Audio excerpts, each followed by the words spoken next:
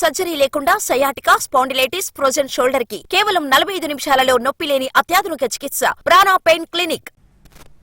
తిరుపతిలో అక్రమ కట్టడాలపై దృష్టి పెట్టింది మున్సిపల్ శాఖ. గత 5 ఏళ్లలో 100 అక్రమ కట్టడాలు నిర్మించినట్టుగా గుర్తించారు అధికారులు. నగరంలో తొలిసారిగా నిర్మించిన 400కు పైగా అక్రమ కట్టడాల యజమానులకు నోటీసులు జారీ చేశారు.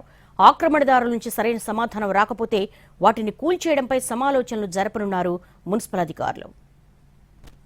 టెంపుల్ సిటీ తిరుపతి ఒకప్పుడు కుగ్రామంగా ఉండేది. ప్రస్తుతం మహానగరాల చెంత చేరడానికి సిద్ధంగా ఉంది. రోజు లక్షలాది మంది వచ్చే తిరుపతిలో భూములకు విపరీతమైన డిమాండ్ ఉంది. రాజకీయ నాయకులు, అక్రమార్కులు ప్రభుత్వ భూములపై కన్నేసి నిర్మాణాలు చేపట్టారు. గత 5 ఏళ్ల కాలంలో భారీగా భవనాలు పెరిగాయనే విమర్శలు ఉన్నాయి. అక్రమ కట్టడాల కారణంగా గతంలో కురిసిన భారీ వర్షాలకు తిరుపతి నీట మునిగింది. నగరపాలక సంస్థ పట్టణ ప్రణాళిక విభాగం 5 ఏళ్లుగా అక్రమ కట్టడాల జోలికి వెళ్లలేదు. లోతట్టు ప్రాంతాలకు ఇదో శాపంలా మారిందని చెబుతున్నారు. కొర్లగుంట, కొరమీనిగుంట, సింగాలగుంట ఇలాంటి పేర్లు నగర ప్రజలకు సుపరిచితమే.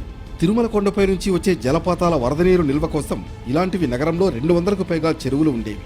ఇప్పుడు కేవలం 9 మిగిలాయి. వాటిలోనూ కొన్ని ఆక్రమణలున్నాయి. నగరంలో దాదాపు 92,000 ఇళ్లు ఉంటే అందులో సగం ఇళ్లు ప్రభుత్వ స్థలాలు, చెరువులు, నీటి వనరుల్ని ఆక్రమించుకుని కట్టుకున్నవేనని అధికారులు తేల్చారు. భారీ వర్షాలు కురిసిన సమయంలో తిరుమలగిరిలో నుంచి మాల్వాడిగుండం, కపిల తీర్థం నుంచి వచ్చిన వర్షపు నీరు ఆయా చెరువుల్లో వెలిసిన నవోదయ కాలనీ, ఆటోనగర్, అశోక్ నగర్, సంజీవ్ నగర్, కొర్లగుంట తదితర ప్రాంతాలకు వరద నీరు ముంచెత్తుతోంది. ఆకర్షణీయ నగరంగా రూపాంతరం చెందుతున్న తిరుపతిలో కనీస ప్రణాళికలు లేకుండా నిర్మాణాలు వెలుస్తున్నాయి. నగరంలో చాలా వరకు అనధికార కట్టడాలు వేల సంఖ్యలో వెలిశాయి. గతంలో ఉన్న లెక్కల ప్రకారం 90,000 ఇళ్లు ఉంటే అందులో సగానికి పైగా పట్టణ ప్రణాళిక విభాగం అనుమతి లేనివే. కాలువలు, రోడ్లు ఎలాంటి ప్రణాళిక లేకుండా ఉండేవి. ఇళ్ల నిర్మాణాలతో వరద నీటి ప్రవాహానికి ఇబ్బంది ఏర్పడింది. పలు కాలనీలను వరద ముంచెత్తింది. నగరంలో 25కు పైగా ఉన్న చెరువులకు వర్షపు నీటితో పాటు మురుగునీటి పారుదలకు దశాబ్దాల కిందటే కాలువల నిర్మాణం జరిగింది. గతంలో తిరుమలగిరులు, కపిల తీర్థం జలపాతం నుంచి వచ్చి నీరు వెళ్లడానికి 50 నుంచి 150 అడుగుల వెడల్పు గల కాలువలు ఉండేవి. ప్రస్తుతం ఆక్రమణదారుల పుణ్యమాని కాలువ 5 నుంచి 20 అడుగులకు చేరింది. నగరంలో చెరువులకు వెళ్లే కాలువల పొడవు 45 కిలోమీటర్లకు పైనే ఉంటుంది. ఇందులో సగానికి పైగా ఆక్రమణకు గురయ్యాయి. నగరంలో మురుగునీటి వ్యవస్థ సక్రమంగా లేదు. నిర్మాణాలపై పర్యవేక్షణ లేకపోవడం కార్పొరేషన్ వంతైతే, ప్రభుత్వ భూముల్ని ఆక్రమించిన వారిని కట్టడి చేయలేకపోవడం రెవెన్యూ శాఖ వంతైంది.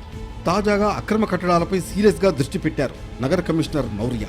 నగరపాలక సంస్థ పరిధిలో 100 చదరపు మీటర్లకు మించి నిర్మించిన అక్రమ కట్టడాలకు నోటీసులు జారీ చేసే ప్రక్రియ ప్రారంభించారు అధికారులు. తొలి విడతలో అనుమతులకు భిన్నంగా నిర్మించిన 400 అక్రమ కట్టడాలను గుర్తించినట్లు సమాచారం.